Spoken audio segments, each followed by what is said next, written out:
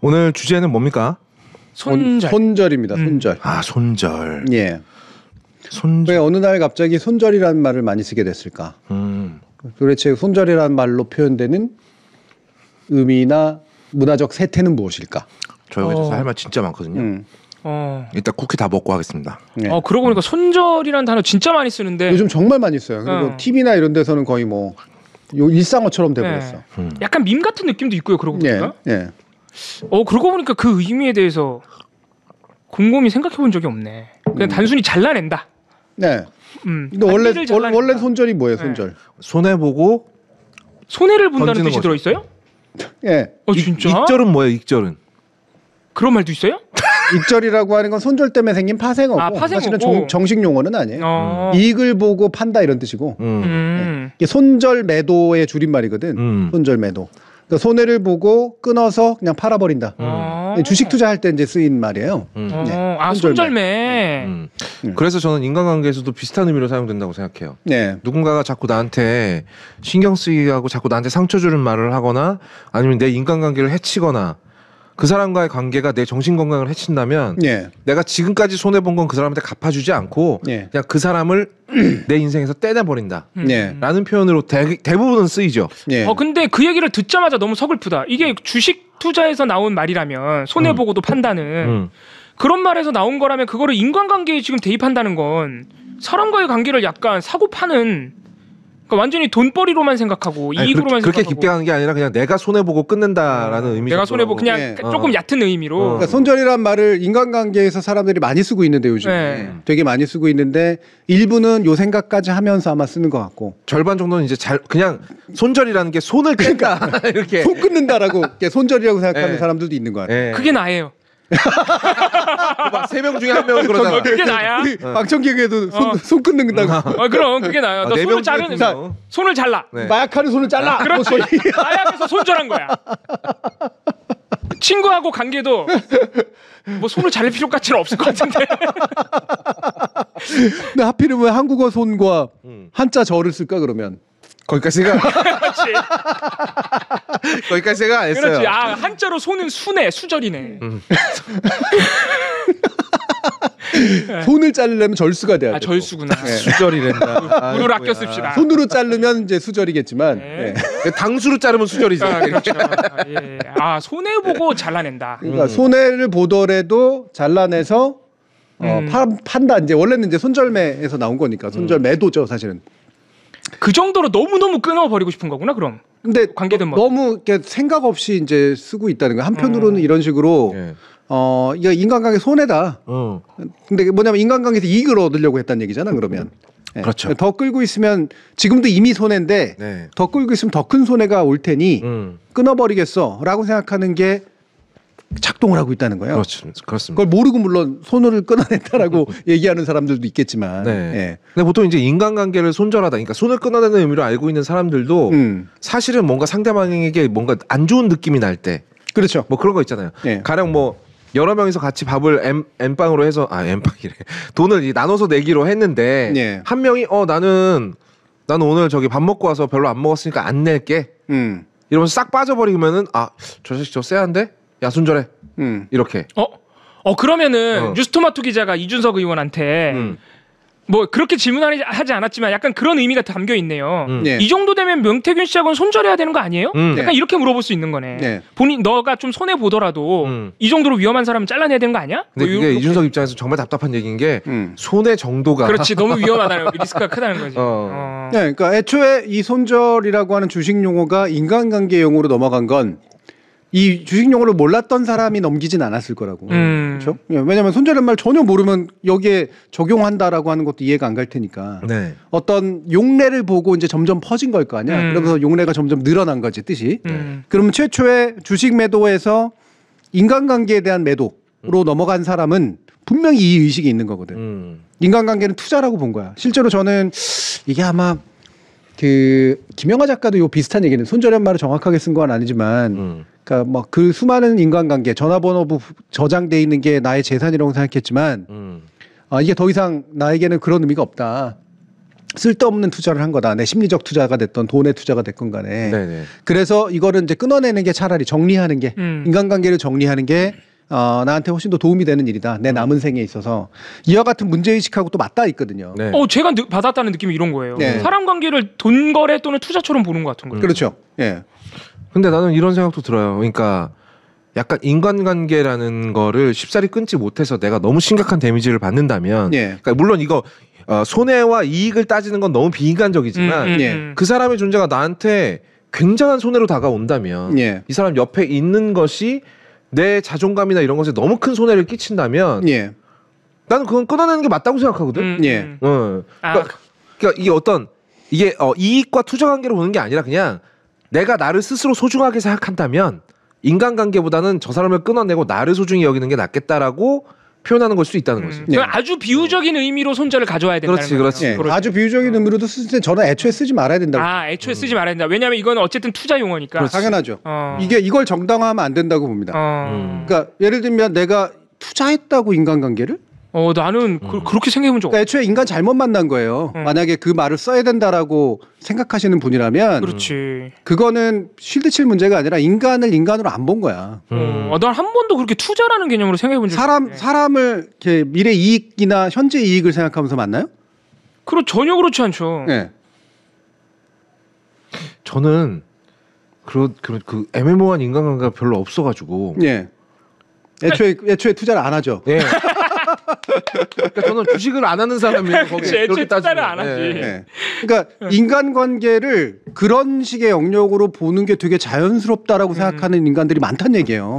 이걸 정당화하려고 한다면 이 용어를 아예 모르고 썼으면 몰라도 조금이라도 알고 썼다면 그건 대단히 잘못 만난 겁니다, 인간을. 이거 되게 생각보다 위험한 단어다. 그럼 손절 대신에 쓸 수 있는 예를 들면 이럴 수 있죠. 뭐 이를테면 누군가한테 막 밥 사주고 술 사주고 해가지고 어쨌든 친해놓고 말이야 도움 받으려고 하는 거 이게 인간관계라고 생각하세요? 그거 인간관계가 아니에요. 그럼 명태균이지. 예, 이건 인간관계가 아니에요. 예. 그거는 말 그대로 그건 투자하는 거지. 예. 투자 회수 관계지. 그거는 명태균이래. 맞다니까. 예. 명태균식 자기 돈 써가면서까지 한 게 그게 그 사람 위한 거야? 아니지. 자기를 위한 거야. 그러니까 나중에 아크로비스타 달라 그러잖아. 대가를 바라고선 한 거지. 그건 인간관계가 아니에요. 예. 그냥 인간과 인간이 만난 비인간적인 관계지. 그렇지. 예. 그러니까 애초에 연이라고 말할 수가 없겠군요. 인연이라고 말할 수가 없겠어요. 그럼요. 이 관계는요. 예. 그러니까 관계라고 하는 것을 자꾸 이제 뭔가 되게 인간조차도 그런 식의 관계 영역으로 끌어들이는 게 되게 당연하고 타당하다고 생각하고 심지어 합리적으로 생각하는 되게 이상한 인간들이 많아지고 있다는 얘기예요. 제가 이게 왜 위험한 단어라고 느낌이 확 왔냐면 그 말씀을 하시니까 인간관계를 투자로 본다. 왜 위험하다고 생각이 드냐면 저처럼 아마 구체적으로 이게 투자 용어라는 걸 모르고 쓰는 사람들이 엄청 많을 것이다. 네. 무슨 말인지 모르고 그냥 뭐 단순한 절연 또는 절규 수준으로 알고 쓰는데 아마 그 사람들도 무슨 뜻인지는 모르지만 인간관계를 왠지 그렇게 하고 있을 것 같아. 네. 이미 그런 세태에 물들어 있을 것 같아. 이미 그런 거야. 사람은 그렇게 보고 있다는 얘기예요. 네. 근데 나 잘할 때만 해도 어머니 아버지가 나한테 항상 그랬어요. 야 친구를 사귀어도 너한테 도움되는 친구를 사귀어. 그런 것도 있죠. 속으로 난 그랬지. 싫은데? 난 같이 쓰레기처럼 놀 친구 같은데. 보통 젊을 땐 그렇지. 근데 어른들이 말할 때 그때 도움이 된다라는 건 굳이 말하면 좀 좋게 해석해 주자면 배울 점이 있는. 그렇지. 배울 점이 있는 맞아. 투자 개념은 아닐 거예요. 그러니까 내가 성장하는 데 도움이 되는 이런 의미를 포함하고 있어요. 물론 되게 이제 이익관계 위주로 생각하시는 분들도 있겠지만 대부분의 어른들의 그 말 속에는 네가 하나라도 더 배울 사람이 필요해. 서로가 배움이 있어야지 라고 얘기하는 것에 훨씬 가깝습니다. 근데 이거를 인간관계를 투자 개념으로 어떻게 보고 만나지? 이게 도덕적인 것만을 얘기하는 게 아니에요. 저는 인간관계라는 것 자체를 잘못 생각하고 있다고 봐.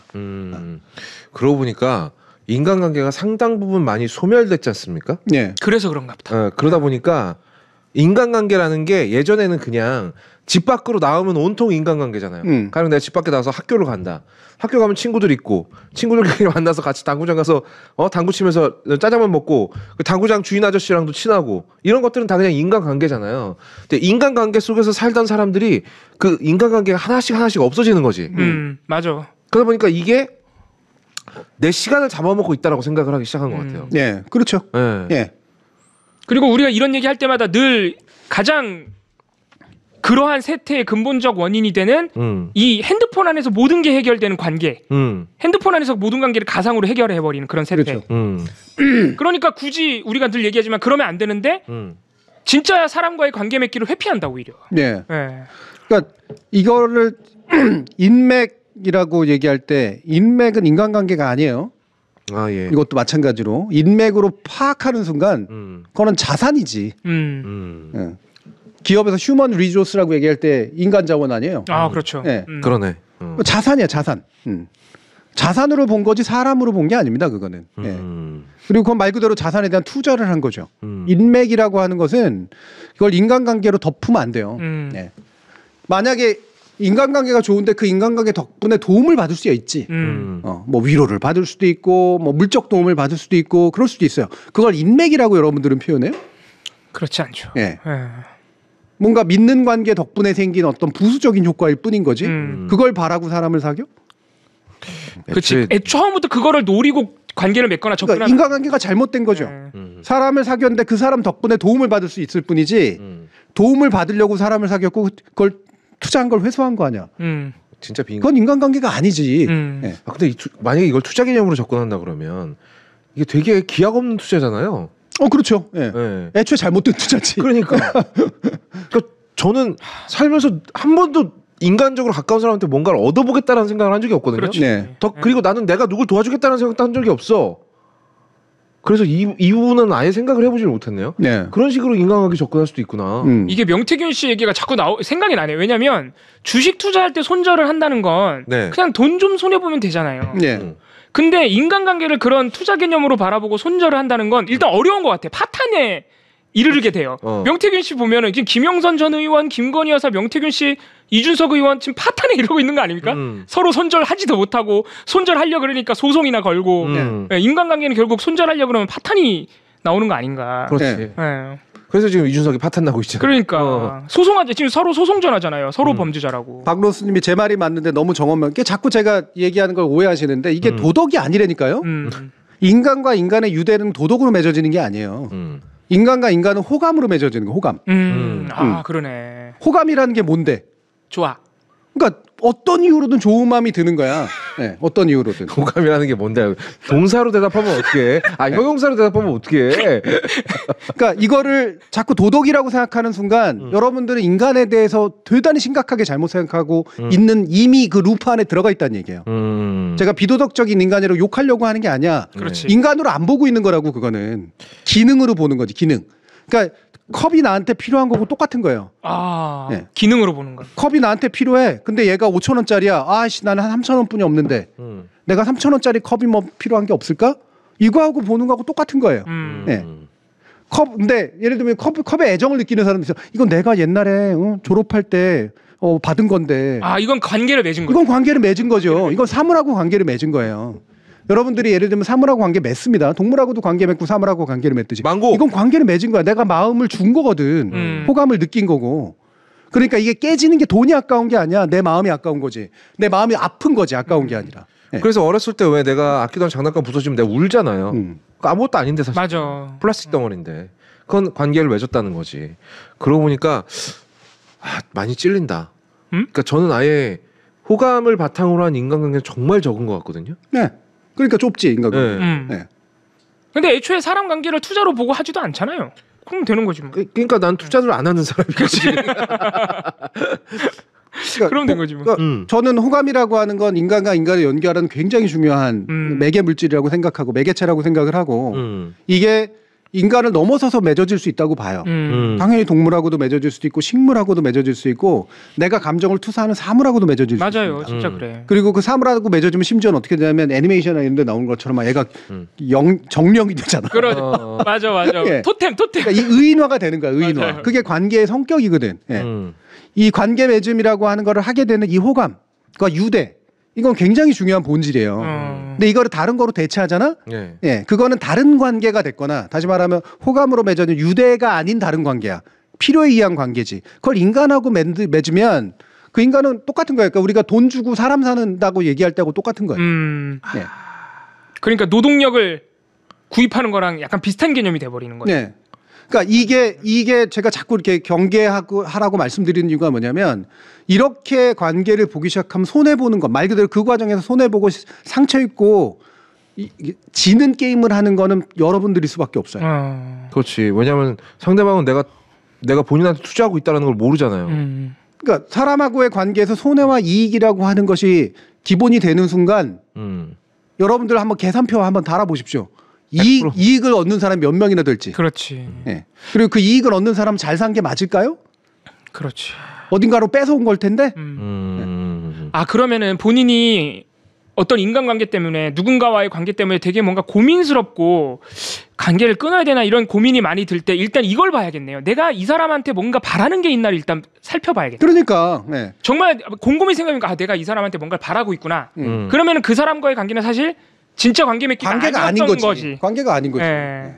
그러면은 사실 손절할 것도 아니고 그냥 관계가 아니었으니까 끊어내거나 네, 그렇게 하는 게 맞는 거죠. 그걸 마치 대단히 정당하고 합리적인 판단을 내린 것처럼 막 자랑스럽게 써. 그렇지. 드디어 내 10년 사귀었던 친구 손절했습니다.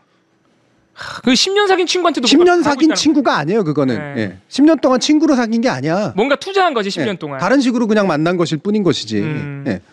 그러니까 자기가 인간하고 관계를 맺지 못했다는 사실을 고백하는 것뿐이 안 되는 거예요. 그러니까 이 틀로 자꾸 이 패러다임으로 생각하면 결국은 여러분들은 지게 돼 있어요. 이 관계 속에서. 아 그렇게 생각하니까 갑자기 기분이 좋아집니다. 내 친구들은 나한테 바라는 게 아무것도 없어. 그러니까 예를 들면은 바라는 건 있을 수도 있고, 예를 들면 짜증도 날 수 있고 미워질 수도 있고. 미워 뭐 그렇지. 근데 그게 투자한 거에 대한 이익은 못 본 손해 개념이 아니라 짜증이 나는. 그렇지, 그냥 짜증이 나는 거지. 아씨 호감을 느꼈었는데 비호감으로 바뀐 거야. 그렇지. 네. 그러면 끊어지는 거라고. 맨날 얻어먹기만 하고 한 번을 안 사네 뭐 이런 거. 그렇지. 그러니까 이것도 얻어먹기만 해도 한 번을 안 산 애가 손해를 본 게 아니야.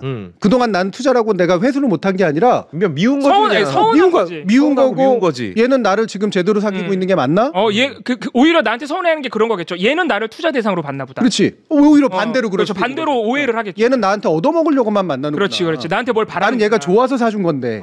이렇게 되는 거 아니에요? 그렇죠. 그렇게 되는 거죠. 그럼 그건 손절이 아니라 말 그대로 절교입니다. 절교. 교를 끝내는 거야.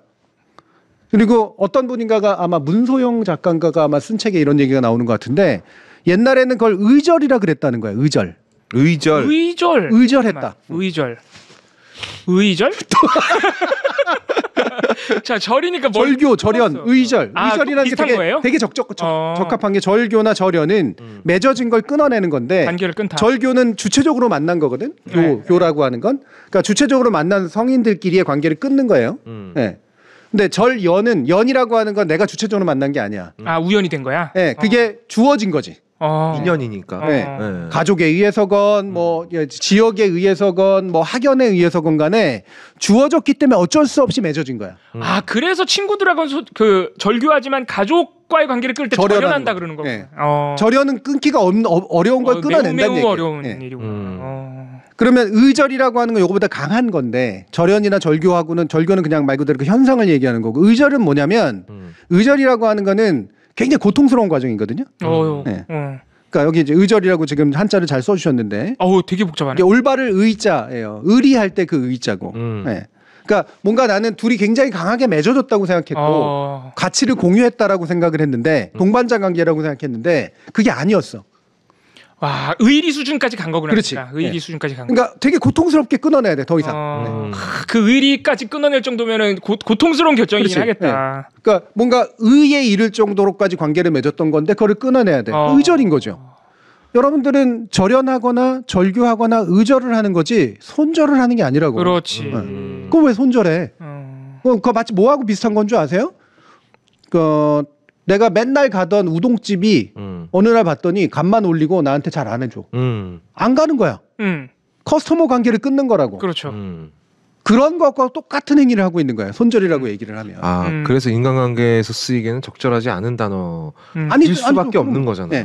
그러니까 이거 오해하시면 안 되겠다. 오늘 교수님께서 화두로 던지시고 얘기해 주시는 게 손절이라는 표현은 웬만하면이 아니라 쓰지 말아야 된다. 근데 이 말을 여러분들이 손절이라는 표현을 쓴다고 해서 여러분이 모두 인간관계를 투자하듯이 맺고 있다는 얘기가 아니라 여러분들은 사실은 그냥 정상적으로 절교 또는 절연을 하고 있을 뿐인데 왜 인간관계를 대단히 뒤틀어버리는 손절이라는 표현을 잘못 쓰고 있느냐. 요 얘기죠, 요 얘기. 그러니까 이게 자존감이라는 말이 또 잘못 쓰이고 있는 거랑 비슷하다고 생각해요. 그러니까 제가 이제 인터넷에서 볼 때마다 이거 계속 잘못 쓰고 있네 이 느낌이 드는 말이 자존감 커터라는 말이 있어요. 우리 자존감도 얘기했던 것 같아요. 했었죠. 근데 저 사람이랑 같이 있으면 내 자존감이 계속 깎인다. 그래서 저 사람은 내 자존감 커터다. 그래서 손절 쳤다. 라고 말하거든요. 그러니까 이거 모든 단어가 다 잘못 쓰인 거잖아요. 자존감부터 시작해서 손절까지 다 잘못 쓰인 거예요. 그렇죠. 자존감은 누가 끊어내는 게 아닌데 끊어냈다 그러고 남의 탓으로 돌리고. 자존감은 내가 세우는 거예요. 그걸 남이 뭐라고 말한다고 없어지면 그건 이미 자존감이 아니야. 그건 자존심이지. 근데 그거 때문에 내가 이 사람을 손절 쳤다. 막상 딱히 손해본 것도 없는데. 둘 다 잘못 쓰는 단어네. 그러니까 그런 의미로 생각하고 쓰면 인간관계를 안 맺었다는 얘기고 그런 의미인지 모르고 쓰면 조심해야 되는 게 저희가 언어를 자꾸 얘기를 하는 이유가 그 언어에 스며들어 있는 가치관이 있어요. 그렇지. 왜냐하면 맥락으로 받아들이거든요. 우리가. 용례를 자꾸 그 쓰던 용례 비슷하게 내가 쓰게 되거든. 그러면 나는 원래 그 의미인지 모르고 썼지만 그 말에 딸려 들어오는 그 용례 속에 담긴 뉘앙스나 가치관이 스며들어요. 맞아요. 그런 문제가 있는 것 같아요. 맞아. 욕을 잘 안 써야 되는 이유가 그거잖아. 욕 안에 담겨 있는 그 격분의 감정이라든가 상대에 대한 어떤 모멸. 그렇지. 이런 것들이 스며들어오기 때문에 이걸 자꾸 쓰면 사람이 자꾸 그렇게 되는 거거든. 맞아. 나쁜 사람이 되는. 나는 그 말로 의미로 쓴 게 아니라고 하더라도. 그러니까 손절이라는 말을 모르고 쓰더라도 그 용례로 자꾸 들어오기 때문에 친구를 손절 쳤다라고 할 때 보면 그 안에 뭔가 아쉬운 게 있는데 그 아쉬운 게 정말 오랜 기간 사귀었던 그 사람과 헤어져야 되는 이 고통, 서운함, 괴로움이 아니라 씨발 10년 헛썼네. 투자 회수를 못했네. 10년 동안 내가 헛살았네. 이 생각이 그 아쉬움을 대표한다는 거예요. 이게 단어가 이건 굉장히 다른 거거든요. 언어가 되게 무서운 거네요. 사실은 본인은 손절이라는 단어를 쓰기 전까지는 누군가와 관계를 끊을 때 그냥 참 나의 호감이 이렇게 끝나서 아쉽다. 이런 식으로 했을 텐데 어느 순간 손절이라는 단어를 쓰는 순간 무의식적으로 거기 내포된 세태나 가치관이 들어와 버리기 때문에 원래 안 그랬던 사람이 투자 회수 못했네. 이런 생각을 하게 될 수 있다는 거죠. 그런 의미로 자꾸 이제 느낌이 이제 오게 되는 거죠. 실제로 그런 게 제가 여러분들이 누군가를 손절했다는 표현을 쓰거나 누군가하고 헤어졌을 때 뭐가 아쉬운지 한번 생각해 보세요. 뭐가 억울하고 아쉬운지. 내가 썼던 감정이 아쉬우면 그건 이상한 거야. 그 사람과 함께했던 좋았던 기억이 아쉬우면 그건 괜찮은 거야. 그렇지. 그 호감이니까. 내 젊은 시절의 것이 마치 이제 더 이상 안 되는 거. 그때 좋았던 것들을 내가 더 이상 저 사람과 할 수 없는 게 아쉽고 억울하면 괜찮아. 그거는 인간적인 감정이니까. 근데 내 10년을 돌려도 내가 10년 동안 얘한테 쓴 돈이 얼만데. 그렇게 하면 안 되지. 이러면 그건 아쉬움이 이상한 거예요. 그거는. 그런 아쉬움을 느끼고 있다? 뭔가 심각하게 여러분들의 머릿속이나 마음속이 비틀어지고 있다고 생각하셔야 돼요. 관계 맺기가 잘못됐다. 사실 사회생활을 하다 보면은 주식을 직접 투자하진 않더라도 주변에 주식하는 사람이 분명히 있을 거고 그럼 손절이라는 말을 분명히 몇 번은 들어봤을 거란 말이에요. 그렇죠. 야, 난 이미 충분히 먹고 익절했어. 이런 말 다 듣잖아요. 그럼 이게 익절, 손절 이거를 말의 뉘앙스는 충분히 몇 번 꼭 이걸 한자로 찾아보지는 않더라도 그 말의 본뜻을 거의 다 알 거라고. 근데 그게 자연스럽게 인간관계에 쓰이면서 인간관계가 주식거래처럼 머릿속에서 의식을 만드는 거군요. 그렇죠. 단어가 의식을 만드는 거야. 이 단어라고 하는 거는 그 단어만 딸려오는 게 아니라 그 안에 있는 역사성과 맥락이라는 게 딸려오기 때문에 그래서 영향을 받게 돼 있어요. 그래서 말을 조심해서 해야 된다라고 얘기하는 건데 자꾸 그런 겁니다. 뭐 엄청나게 정확하게 막 계몽적으로 얘기하려고 하는 게 아니라 그 말에 내가 의도하지 않은 채 의식하지 않은 채 젖어들게 되면서 생기는 문제. 이거는 내가 의식하지 못하기 때문에 쳐내지도 못해. 그렇지. 그러니까 한 사람과의 관계를 고민하거나 끊어낼 때 아까 어떤 분이 간단하게 정리해 주셨는데 시간이건 돈이건 본전 생각이 나면 그건 잘못된 관계. 잘못된 관계죠. 본인의 마음이 뒤틀렸거나 관계 맺기가 애초에 잘못된 것이죠. 그렇죠. 본전 생각 나면은 그러니까 이거는 결국에는 이 문제도 우리가 그래서 사람이 관계 맺기를 열심히 해야 되지만 결국에 어떤 때에는 본인 성찰을 좀 해야 돼요. 내가 제대로 된 관계 맺기를 하고 있나? 본전 생각을 혹시라도 하고 있을 수 있으니까 무식 중에 그런 거를 한 번씩 좀 성찰을 해봐야겠습니다. 이게 제가 지는 게임이라고 자꾸 얘기하는 게 뭐냐면 여러분들이 아까도 이제 그 얘기를 했잖아요. 이게 왜 친구 사귀는데 한쪽에서 반대로 그러니까 얘는 나를 투자 개념으로 본 거구나라고 했을 때 굉장한 어떤 배신감 같은 게 들잖아요. 내가 그 친구를 그렇게 생각해 손절했어. 그런데 반대로 생각해 보세요. 사실 알고 보면 내가 잘못한 건데 그 친구가 보기에 야, 이 자식은 그러니까 나를 투자 개념으로 봤고 서로 그럴 수 있다는 거. 네, 이럴 수 있는 거죠. 서로 그 관계가 정말 딱 놓고 봐서 합리적이고 좋은 관계예요? 네. 애초에 그런 식으로 만났다는 얘기잖아요. 그러면 서로가 그렇게 생각했다면은 애초에 잘못된 관계죠. 그러면은 그냥 그 관계를 끊어내는 것도 손절이라는 단어 쓰지 말고 그냥 쓰지 말고 사실은 그냥 절교하는 건데 내가 아무래도 너랑 관계를 잘못 맺었던 것 같고 나는 이제 너랑 관계는 끊고 싶다. 뭐 굳이 그걸 상대방한테 말할 필요까지는 없지만 그렇게 하시면 되겠다. 다만 인정하는 건 필요하다는 거죠. 내가 인간관계를 잘못 맺었구나를 인정하는 게 먼저예요. 그게 중요한 거예요. 단어만 바꿔서 끊으라는 얘기가 아니라 인간관계를 내가 뭘 보고 맺었나. 근데 제가 이런 말 할 적이 없어요. 왜냐하면 저는 인간관계라고 할 만한 걸 마지막으로 맺은 게 우리 PD 형이랑 몇 년 전이야. PD 형이랑 같이 놀러 다닐 때 그때가 마지막이었거든요. 네. 어떤 분이 손절해도 또 만나고 그러니까 어차피 뭐 만나고 끊고 만나고 그러는 건데 그게 뭐가 문제냐. 너무 어렵게 진지하게 생각하는 거 아니냐. 사람 그렇게 한번 계속 만나세요. 근데 투자 개념으로 개념만 바꾸면 된다니까. 개념만 바꾸면. 그렇게 안 될 텐데. 그냥 우리가 얘기하는 표현이 좀 이상하긴 한데 호감으로 맺어진 또는 의로 맺어진 관계야. 중간에 오해나 잠깐의 서운함으로 안 만나다가 다시 만나는 게 되지만 투자 개념으로 손해를 봤다고 생각 한번 끊었던 사람은 다시 만나나? 다시 만나기 위해서는 또 다른 게 있어야 되지. 그렇죠. 또 다른 뭔가 대가가 있어야 되지. 내가 손절한 주식을 다시 살려면 야, 요거 이번에 본전 찾을 수 있겠다라는 생각밖에 없잖아. 또 다른 뭔가 대가나 이런 게 기대된다는 얘긴데 또 잘못된 관계를 같은 사람하고 한 번 더 맺는 것밖에 안 되는 거지 사실. PD 형 어디 갔지? 어쨌든 자, 뭐야? 있어? 여기서 보니까 완전 안 보이네. 저 커다란 사람이. 자, 어쨌든 얘기 그 과정에서 이제 물론 이제 스스로 한번 짚어보라는 거예요. 내 감정의 실체가 뭔지. 이 감정의 실체가 잘못된 언어로 표시될 수도 있고 또는 내 감정이 잘못됐을 수도 있거든요. 그렇죠. 애인하고 사귀었다가 한 7년 사귀었는데 이를테면 헤어지게 됐어. 아쉽고 억울하고 배신 때리죠. 특히나 내가 헤어지려고 하니까 상대방이 헤어지려고 하면 더 그렇지. 자, 그때 만약에 내가 지금까지 너한테 줬던 반지 이런 거 다 내놔. 이렇게 얘기하면 존나 죄송합니다. 야, 진심 튀어나옵니다. 나는 그게 인간이 할 수 있는 가장 찌질한 짓이라고 생각해요. 엄청 찌질한 짓이죠. 심지어는 친구 관계도 아니고. 그게 먼저 생각난다는 얘기는 되게 이상한 애인 관계를 맺었다는 얘기예요. 그렇죠. 그리고 그게 없었으면 그 사람을 못 사귀었을 가능성이 높은 거야. 나는 하다못해 얘한테 비싼 선물을 사줘야 만날 수 있는 상대라는 얘기잖아. 그러니까 금반지 사다 바치고 돈가스가 아니라 그래 한우 고기 막 먹이고 이래가지고 사귀었다는 얘기예요. 그러니까 그게 아까운 거라고. 내가 투자한 거니까. 그게 얼마나 불안한 연인 관계야. 그게 무슨 연인 관계야. 연인 관계도 아니지 사실은. 이거야말로 계약 관계지. 계약 관계. 관계 자체가 아닌 거지. 그냥 사실은 인신매매 아닙니까? 거의 그 말하면 인신매매지. 맞아요. 심하게 얘기하면 그렇게 가는 거지. 결혼도 똑같잖아요. 결혼이라고 하는 것도. 결혼이라고 하는 것을 예를 들면 서로가 잘 살기 위해서 반드시 필수적으로 따라오는 물질적인 관계를 조율하기 위한 것들은 필요해. 결혼은 사랑만으로 이루어지지 않거든. 그런데 그게 아니라 그건 뒤로 가 있고 앞에서 이른바 혼수로 그 사람이 보이면 그거는 말 그대로 매매혼 하는 거예요. 맞아요. 뭐 너무나 정확한 사회학적 정의 아니야? 맞습니다. 매매혼이지. 그러면 만약에 매매혼을 한 거라면 상대방에게 그런 걸 바라면 안 되죠. 나만 바라봐 줄 걸. 그러니까 이런 걸 바라면 안 돼. 그거 왜 바래? 인간관계를 바라. 매매혼 한 주제에 뭐 그것까지 바래. 그거 아닌 거. 그래서 제가 결혼정보회사를 싫어한다니까요. 그리고 사실 좀 그런 성격이 있지 않아요? 결혼정보회사. 결혼정보회사는 정확하게 매매혼을 위해서 존재하는 회사예요. 그리고 사람을 막 재산 규모로 이렇게 상품 줄 세우듯이 약간 줄 세우는. 그리고 소고기처럼 등급 찍잖아요. 맞아요.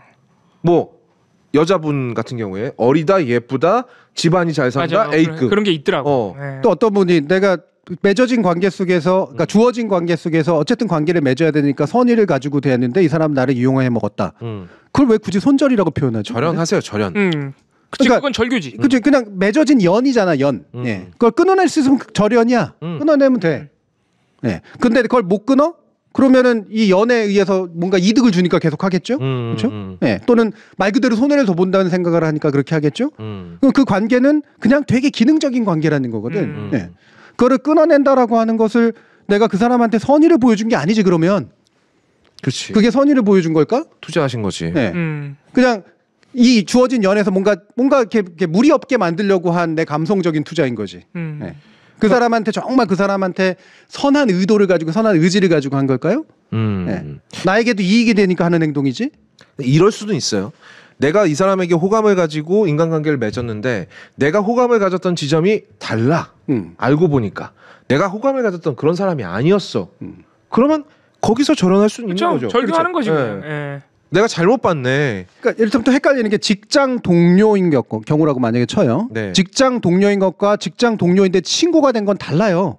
완전히 다르죠. 다른 거예요. 근데 이걸 두 가지를 막 일부러 섞는 거야. 나는 너를 믿었는데 친구로서. 네. 그럼 배신을 때렸네. 너는 나를 왜 직원으로만 생각해? 뭐 이런 거지. 그러면 나는 친구로 생각했지만 이 사람은 그냥 직원으로만 돼 있을 수도 있지. 예. 그러면 아쉬울 수 있죠. 아까우면 안 되지 그러면. 그렇지. 이 감정을 잘 생각해야 되는 거예요. 알고 보면 이 동료 관계를 그냥 좀 더 일을 잘하기 위해서 좀 더 친해진 것뿐이 아닌 거잖아요. 아까우면 아쉽고 억울하고 서운할 수야 있겠지. 네. 그거를 손절치는 건 나도 똑같이 동료로서 그냥 직장 동료로서 기능적으로 서로 나쁜 짓 안 하고 서로 그냥 일 필요할 때 도와주는 그런 관계, 무리 없는 관계, 윤활유 잘 닦여진 관계, 그 관계 만들려고 한 거 아니에요? 그러니까 냉정하게 자신의 감정을 보래니까 왜 자꾸 내 거는 선이고 남의 것은 악이라고 생각하냐고. 그러니까 내가 이 사람을 직장 동료를 친구로 생각하고 있었다면, 그런데 그 사람이 아닌 것 같아서 만약에 서운한 감정이 든다면 그게 내가 정말 이 사람이 호감이 생겨서 친구로 생각했는지 아니면 아까 말씀하신 대로 직장 내에서 뭔가 내가 이득을 얻으려고 그러니까 맺은 친구라고 내가 약간 암시를 건 건지를 한번 생각해 봐야 된다는 거예요. 그 가수 강남이라고 아시죠? 네. 걔가 지하철을 타고 가다가 이제 무슨 리얼리티 프로그램 같은 거 촬영하고 있었어요. 지하철 타고 왔는데 옆자리에 앉아있는 남자가 스마트폰으로 뭘 되게 재밌게 보고 있는 거예요. 근데 자기는 이제 촬영 중이니까 스마트폰 볼 수가 없잖아. 그래서 강남이 이렇게 보다가 뭔데 그렇게 재밌게 봐요? 이런 거야. 그러다가 둘이 말을 텄어. 알고 보니까 둘이 동갑이야. 야, 잘 됐네. 오늘부터 친구하자. 나 한국인 친구 있으면 좋겠다. 이러면서 둘이 친구를 했어. 근데 그게 그냥 방송용으로 끝난 게 아니라 강남이 결혼식 할 때 이 사람이 와서 사회를 봤어요. 진짜 대단하다. 그리고 그 결혼식 맞다. 나도 저거 본 적 있어요. 커뮤니티에. 집들이 가서 찍은 사진도 있고 막 이런 거야. 그러면 적어도 저 둘은 서로 뭔가를 바라고 친구한 게 아니잖아요. 그렇지. 그럼요. 완전한 호감이지. 첫눈에 반한 거지. 저 정도 되면. 그렇지. 물론 강남이 처음에 그냥 프로그램에 쓸만한 그림이 필요하니까 접근했을 그럴 수도 있죠. 하지만 그렇다면 굳이 지속적인 관계를 맺을 이유가 없잖아요. 그렇지. 사귀어 보니까 마음에 든 거야. 아, 이렇게 할 수 있겠네요. 그렇죠. 이렇게 이해할 수 있겠네요. 이게 호감으로 인한 인간관계죠. 강남은 저 관계를 통해서 얻은 게 아무것도 없어요. 결혼식에서 사회 봐줄 사람이 없었겠어, 제가? 그러니까 연예인인데. 그러니까 제가 여기서 한 가지 그래서 계속 얘기하고 싶은 게 뭐냐면 내 감정은 선의로 포장하고 남의 행위는 악의로 이제 치부하는 대단한 이중성을 제발 좀 버리시라는 겁니다.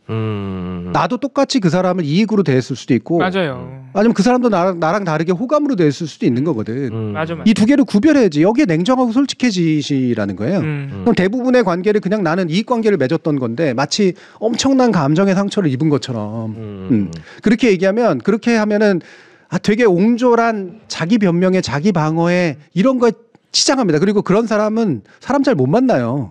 네. 그렇죠. 잘 못 만나니까 인간관계가 다양하지 못하고 오히려 한 사람한테 너무 많은 거 요구하게 되고 그럼 또 손해봤다라고 생각하는 거고.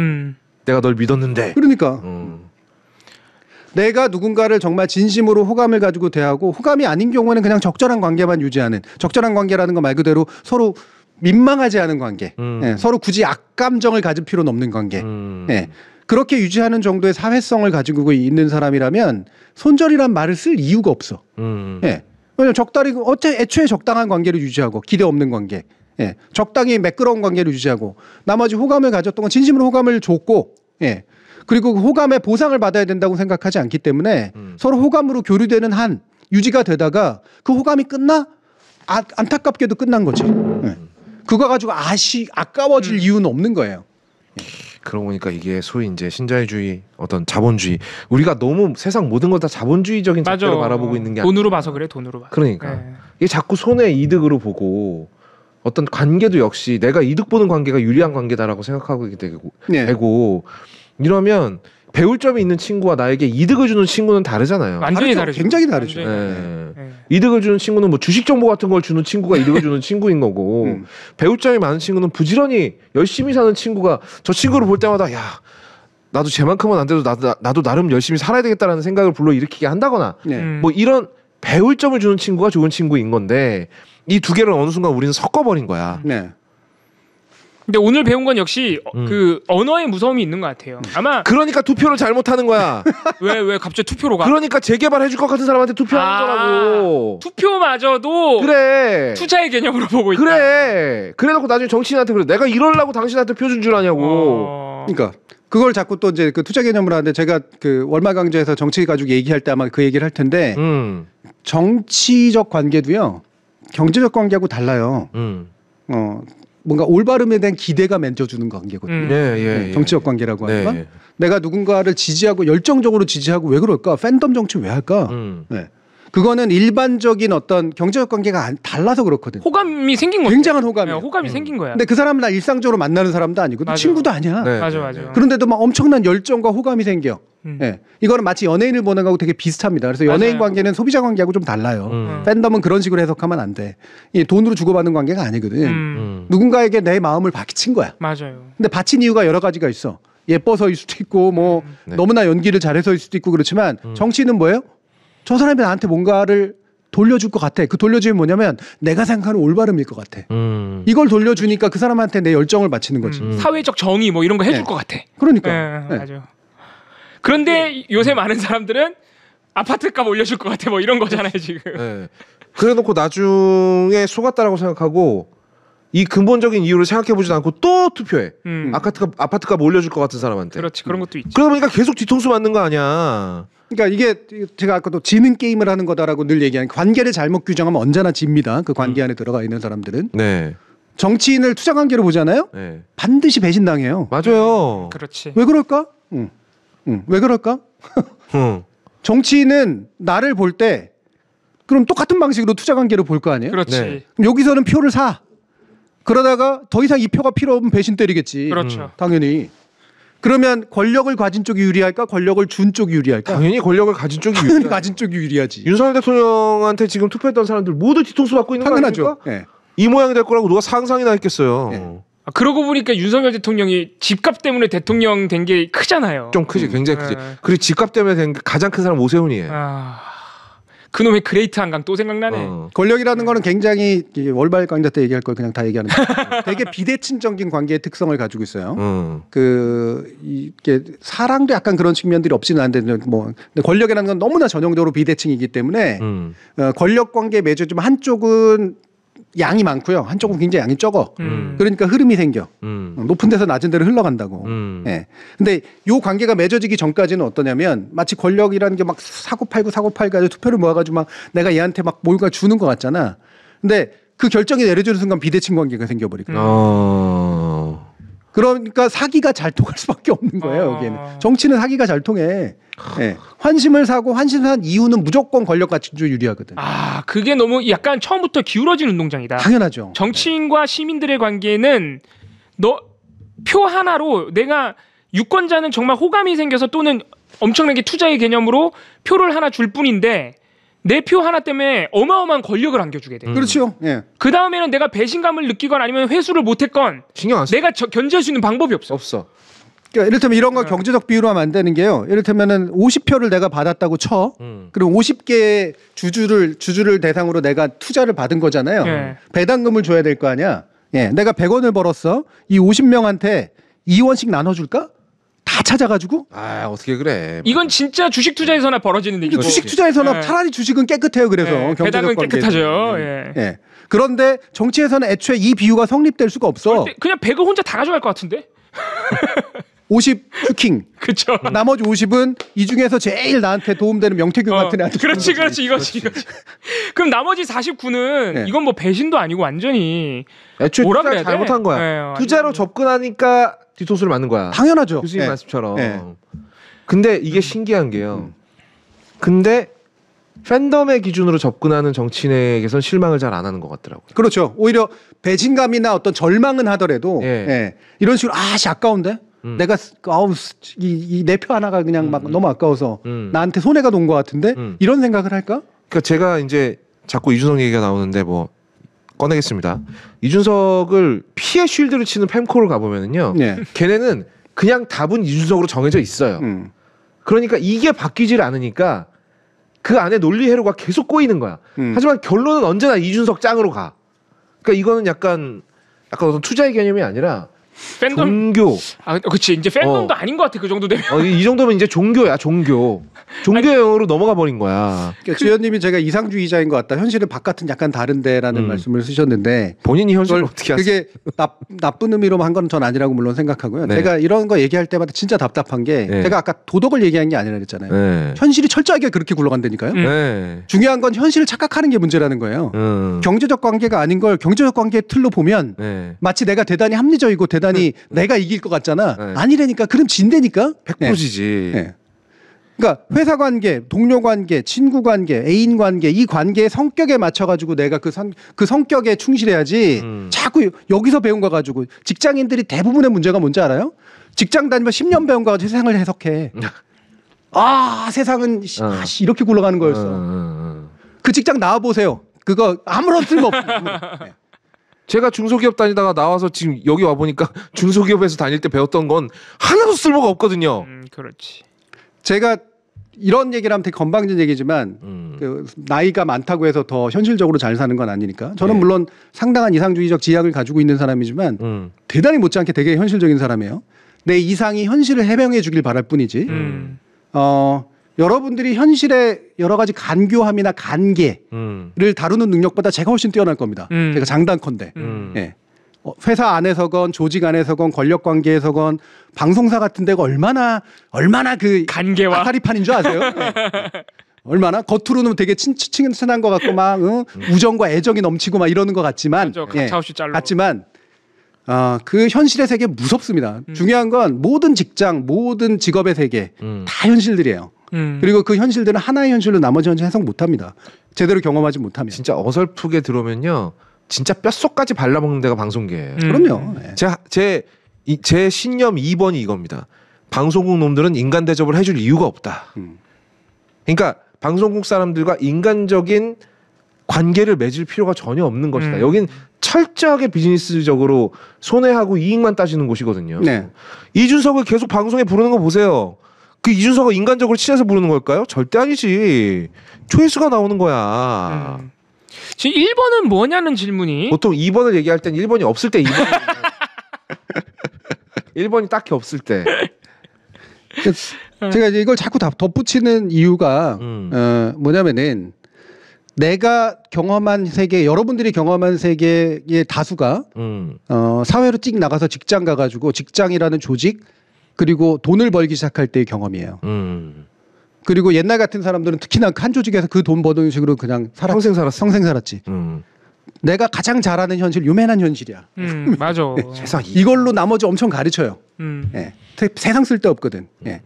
세상을 다 가르칠 수도 없어요. 경험이 되게 다양하고 그 다채로운 경험들을 뭔가 꿰는 자신의 이론을 갖지 않으면 절대로 세상을 마음대로 못 대합니다. 맞아요. 제가 말하는 여러분이 느낀 이상주의는 오히려 이론에 가까워요. 네, 이론인 건 뭐냐면 현실에 다 대응할 수는 없지만 정말 몇 개의 경험을 가지고도 되도록이면 그 경험 이상의 것들을 예측하고 행동할 수 있게 만들어주는 게 이론이에요. 그게 바로 이론이 가지는 힘이라고. 예. 이론만 배우면 안 되지 당연히. 현실과 끊임없이 부딪히는 이론을 가지고 있어야 되죠. 근데 우리들이 생각하는 내가 세상을 안다라고 하는 것들이 대부분 대단히 협소한 데서 본 그거라는 거야. 그리고 그게 경제적 관계일 경우들이 많거든. 그리고 그걸로 세상을 알고 가르치려고 그래. 아니라니까요. 그래서 세상 쓸데없는 책이 그런 거야. 뭐 성공한 사람이 들려주는 인생의 비밀 그러니까, 뭐 이런 거 있잖아. 그 양반도 끽해봐야 그 기업 세계에 있었던 게 다잖아. 아무리 세계적인 기업을 경영해봤다 한들 그래서 스티브 잡스가 하는 말도 그래. 그거는 애플 안에서나 쓸모있는 얘기야. 필요 없는 거 다 없애라. 하지만 그 필요 없는 거 만드는 회사들도 있는걸? 애플 아이폰에 붙인 이 케이스 만드는 회사들도 있잖아요. 이거 옳은 예는 아닌 것 같습니다. 저는 그래서 이거는 이제 별다른 얘기지만 여기서 언론 얘기를 하나 하자면 기자들이 현실을 제일 잘하는 것처럼 행동하거든요. 세상 꼴보기 싫어. 아무것도 모르는 그게 기자들의 오만함의 근거야. 네. 자기는 막 권력자도 받고 막 부정부패도 받고 뭐 그다음에 여기저기 막 다 들쑤시고 다녀가지고 막 다 본 것 같지. 세상 쓸모없는 관찰에 불과해. 그걸로 뭔가 딴 걸 하면 괜찮아요. 굉장히 높은 수준의 어떤 통찰을 얻거나 그러면 모르겠는데 네. 겨우 딸랑 출입처 몇 개 돌아다니는 한 10년 경력한 거 가지고 세상 다 하는 것처럼 행동해. 본인이 검찰인 줄 아는, 그러니까 검사인 줄 아는 네, 법무부 출입 기자들. 그리고선 세상을 막 굽어보면서 막 얘기하잖아요. 이거 잘못됐고 저게 잘못됐고 말이야. 누구 얘기하면 아우 세상에서 제일 많이 삐죽거려. 지가 뭘 안다고 맨날. 교수가 뭐라 그러면 아유 공부만 해가 지가 뭘 안다고. 기업에 있으면 아이고 기업 나부랭이 그 사장 뭐 높은 거 같지? 네가 국무총리를 알아? 맨날 이런 식으로 얘기를 해요. 근데 세상 쓸모없는 헛똑똑이야 그게. 그 사람들이 한번 현실 한번 떨어뜨려 놓으십시오. 뭐 하는 줄 아세요? 대부분 다 거강꾼 노릇합니다. 거강꾼. 기자들이 가가지고 어디 가가지고 하는 노릇이 뭔데? 거강꾼이야. 그러다가 저기 뭐야 윤석열 대통령 저기 뭐야 가방 못 쥐하고 인수위원회에 있다가 그 대변인 들어갔다가 일주일 만에 잘리고 이런 거 아니에요? 그러니까 쓸모없어 지금 잘리고. 근데 이게 되게 오늘 하신 말씀은 되게 반성할 구석이 많아요. 생각해보니까 나도 언제부턴가 인간관계를 되게 손해이득 관계로 생각했었던 것 같아. 나도 모르게.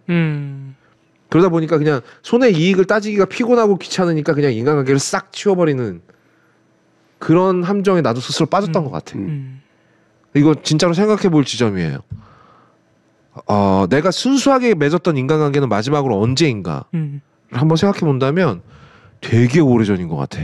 아마 우리가 일상을 사는 와중에 그런 거 하나하나를, 왜냐면 어쨌든 수많은 많은 사람들을 만나면서 살 텐데 일상 속에서 이런 거를 항상 이렇게 구분해가면서 고민해가면서 만나기는 어려우실 거고 언젠가 한 번은 이거를 고민해봐야 되는 시기가 온다는 거죠. 그렇죠. 예. 예를 들어서 내가 너무너무 오랫동안 사귀었던 직장 동료한테 내가 뭔가 서운함을 느끼는 건지 손해를 느끼는 건지 아리까리한 상황. 그렇죠. 이런 상황이 옵니다. 예. 그럴 때 딱 내가 정말 이 사람한테 느끼는 것이 호감에 대한 배신인지 내가 믿어왔던 이 사람의 모습이 아니어서 실망한 건지 아니면은 진짜 내가 뭔가를 바라고 있었는데 회수하지 못한 거에 대한 본전 생각인지를 언젠가 한 번씩은 구분해야 되는 순간이 온다. 그러면 윤석열 대통령이 한동훈 대표한테 화가 난 건 몇 번일까요? 보훈이라고.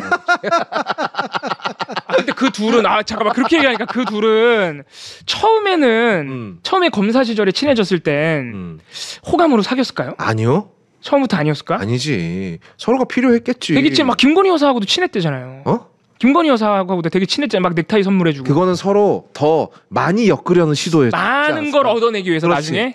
나중에 절대 헤어질 수 없는 관계를 만들기 위해서. 그러니까 개별의 인간이 심중 마음속에 어떤 생각으로 그런 식의 일들을 했는지는 우리는 알 수 없어요. 네. 그건 알 수 없는 거고. 모르겠어. 흔히 일어나는 것으로 유추해 보건대. 네. 검찰 조직 내지 뭐 이런 방송사도 좀 유사하고요. 네. 그러니까 같이 일을 되게 모여가지고 집단적으로 막 뭔가 팀의 의식을 가지고 해야 되는 일들이 있어요. 예. 제가 이거를 가장 극단적으로 비유한 게 뭐였어요? 조폭. 조폭. 조폭 의식. 예. 이게 되게 못되게 표현한 거긴 합니다만 그게 가장 극단적으로 맞아. 왜? 목숨을 걸고 칼 찌르잖아. 네, 그럼요. 이놈이 없으면 내가 칼 맞거든. 형님 아웃 되는 거지. 그리고 막 뭔가 이익도 막 그렇게 해서 나눠 갖고 막 그러잖아요. 술 같이 먹고 막 이렇게 되는 거죠. 근데 가장 강하게 배반하는 놈들이 누구야? 조폭이죠. 마지막에 자기 형님을 제껴야만 지가 클 수 있거든. 아주 완전히 권력으로 돌아가는 그 투자 관계네. 강하게 이익을 목표로 해서 그 이익 위주로 뭉쳐 있고 그 이익을 보호하기 위해서 한 팀이 될 땐 굉장히 강력한 의리로 뭉치죠. 그래서 마치 인간관계인 것처럼 착각해요. 착각돼요. 하지만 이익이 달라지잖아. 누구보다도 강한 적이 돼. 애초에 맺는 관계가 그 거대한 이익을 그렇죠. 지키기 위해서 만났기 때문에 이미 처음부터 투자 관계인 거야 사실은. 당연하죠. 그러고 보니까 진짜로 그 좋은 영화들이 많이 생각이 나요. 도니 브레스코라는 영화 혹시 알파치노하고 조니 뎁 나오는 영화. 거기 보면 알파치노가 마지막에 그래요. 나는 네가 누구였든 상관없어. 너랑 같이 있어서 너무 좋았다. 배신당한 다음에 그렇게 얘기해. 근데 나는 마지막에 알파치노가 그러고 너 길에서 만나면 죽여버린다. 이럴 줄 알았는데 나중에 도니를 만나면 전해줘. 난 그게 차라리 너여서 다행이라고. 근데 나는 그때 봤을 때는 속으로는 뭐야 갑자기 천사야? 이랬는데 난 이해가 가. 그게 이해가. 그 사람은 처음부터 이익 손해 관계로 접근하지 않았던 거. 호감이야 호감. 근데 그래서 그 배신이 더 아픈 거지. 그렇지. 네. 그건 처음부터였는지 아니면 중간 어딘가에서 양질 전화가 일어났는지는 모르겠지만 양질 변화에 가깝습니다. 네. 근데 그 감정이 전 이해가 가요. 네. 그럴 수 있겠다. 근데 강하게 아프고 배신감이 제일 큰 관계지만 그래도 이것 때문에 막 내가 해온 일이 아깝거나 그러지 않아. 네. 그하고의 어떤 맺었던 역사라고 하는 것들도 있는 거고 네. 그 감정이 가진 순수성이라고 하는 게 있는 거니까. 그렇게 따지면 오히려 손절이라는 걸 할 수 있는 관계보다 진짜 인간관계가 끊어낼 때 더 아픈 거네. 엄청 아프죠 당연히. 손절 어떻게 칩니까? 그렇지. 네. 진짜 인간관계 진짜 인간관계라면 그렇게 나 너 손절 친다 이러고 버릴 수가 없지. 아유 못하죠. 끊고 나서요 개운한 느낌 안 들어요. 절연, 절교, 의절 다 맞아. 끝나고 나서 엄청 아픕니다. 막 뭔가 미안하고 네. 심지어는 내가 뭔가 배신당했다는 느낌으로 끊어내도 내가 미안하고 막 이런 감정이 드는 거죠. 끊어내서 내가 잘했어. 어우, 이제라도 끊어내길 잘했구만. 합리적이었어. 손해보기라도 해. 그 한 개 그나마라도 아까운 거 잘 챙긴 거야. 미래에 네가 잃어버린 거를 네가 잘 챙긴 거야. 이렇게 안 되지. 이렇게 생각한다고요? 네, 안 되지. 그러니까 오늘 저희가 드리고 있는 말씀은 오해하시면 여러분이 그러고 있다는 게 아니라 손절이라는 표현 안에는 이런 뜻이 들어있으니 쓰면 안 된다는 겁니다. 그래서 쓰실 땐 정확하게 물론 손절이라는 단어를 써야 하는 관계도 있을 수는 있어요. 그렇지. 근데 끊어내기 쉬울 겁니다. 그건 굉장히 쉬울 거기 때문에. 네. 근데 단어의 어원과 이게 어떤 사고방식을 내포하고 있는 단어인지 생각해보자는 거죠. 그러니까. 네. 나 오늘 손절 처음에 무슨 뜻인지도 몰랐는데. 그러니까 내가 널 손절 치는 거야라고 스스로 위로한다라고 하는 건데 그게 이해가 안 가는 게 아니라요. 그 마음이 우스운 마음이라는 거예요. 그 왜 위로하고 앉아 있어? 내가 약한 거를 보여주는 거잖아. 그리고 자꾸 그런 식으로 위로하면요. 절대 성장하지 못합니다. 점점 자꾸 남 핑계 대는 거라고. 점점 더 찌질한 사람이 되는 것 같아요. 투자한 관계가 아니고 내가 진짜 마음 아플 정도로 맺었던 관계인데 왜 그거를 격하를 합니까? 그 마음 아픈 걸 받아들이지. 차라리 받아들여야지. 받아들여야지 내가 함부로 누군가와 순수한 인간관계를 맺는 것이 얼마나 어려운 일인지에 대해서 스스로가 이해하고 알게 될 거 아니에요. 맞아요. 그게 나을 것 같아요. 그러면은 관계를 맺을 때 더 신중해지겠지. 그러니까 제가 제일 싫어하는 것 중에 하나가 이 자기 합리화 같은 건데 물론 약한 사람은 합리화를 해야 돼요. 그리고 인간은 합리화하는 동물이야. 네. 정당하고 합리화하는 동물이기 때문에 합리화가 잘 되고 합리화가 잘 작동한다고 내가 똑똑한 게 아니라 내가 약한 거예요. 합리화를 하면 할수록 사실 난 약한 거야. 약한 거지. 치장하고 위로하고 덮고 막 상처 위에 덮고 막 그러는 거예요. 그런데 강해져야지 그래도. 그렇죠. 강해지려면 어떠냐면 대면해야 된다는 거야. 직면하고 대면하고 솔직히 말해서 내한테 가장 잔인해야 돼요. 이게 아마 여러분들이 제일 이해가 안 갈 수도 있는데 나한테 제일 잔인해야 됩니다. 와 이거 너무 힘든 일이야. 또 그 말씀하신 분이 하스님이 근데 그렇게 합리화했을 때 또 내 스스로 위로가 되는 그 마음도 이해는 가요. 그게 속편하니까. 그게 약한 거라고. 그러니까 약한 거라도 인정하라는 거예요. 우리가 그걸 인정하고 성장하기 위해서는 계속해서 내가 실제로는 손절한 관계가 아니라 사실은 내가 너무 좋아했던 관계인데 끊어져서 아픈 거야라는 걸 직시를 해야 된다는 거죠. 직시를 해야 돼. 이거 되게 어려운 일입니다. 사실 제가 또 합리화의 달인이지 않습니까? 달인이죠. 진짜 끝내주게 잘하거든요. 진짜 특히 오토바이 샀을 때 합리화는 진짜 상상 초월해요. 혀를 내둘렀죠. 제 합리화가 얼마나 세냐 그러면 논리를 디테일하게 만들지도 않아요. 그냥 우겨요. 대충 만들어 놓고. 이 정도 되면 오토바이를 호감을 넘어 사랑하는 겁니다. 그렇죠. 왜냐하면 내가 오토바이와 맺은 관계가 그보다 세기 때문이죠. 너무 재밌네. 네. 자, 반성할 거리가 많은 오늘의 소담소담이었습니다. 언젠간 인간관계는 특히 우리가 자주 고민하게 되니까 자주 이런 성찰하는 게 좀 필요해 보이긴 합니다. 네. 다시 한번 얘기하지만 그걸 못하고 있다고 해서 못나다는 얘기가 아니라는 거 오해하시지 마시기 바랍니다. 자, 그러면 이게 또 이 말의 끝에서 이 영화 제목이 딱 이어지네요. 그대들은 어떻게 살 것인가. 그렇죠. 겁나 멋있어. 제가 다 의도해서 짠 거. 그런 거예요? 맨 앞에 저놈들처럼 살지 말고 그리고 나를 돌아보고 어떻게 살 것인지 이제 생각해봐요. 야 이거 진짜 어려운 문제. 나는 미야자키 하야오가 만든 애니메이션 중에 이 애니메이션이 정말 싫어. 나도. 왜 싫어? 그건 좀 이따 얘기할게요. 오 예고편 티저 하는 거야 지금? 별 이유 없는데. 죄송해요. 자, 그 별 이유 없는 거 바로 알아보도록 하겠습니다. 세상의 모든 정거장 중에 가장 재밌는 정거장 미디어 정거장으로 넘어갑니다.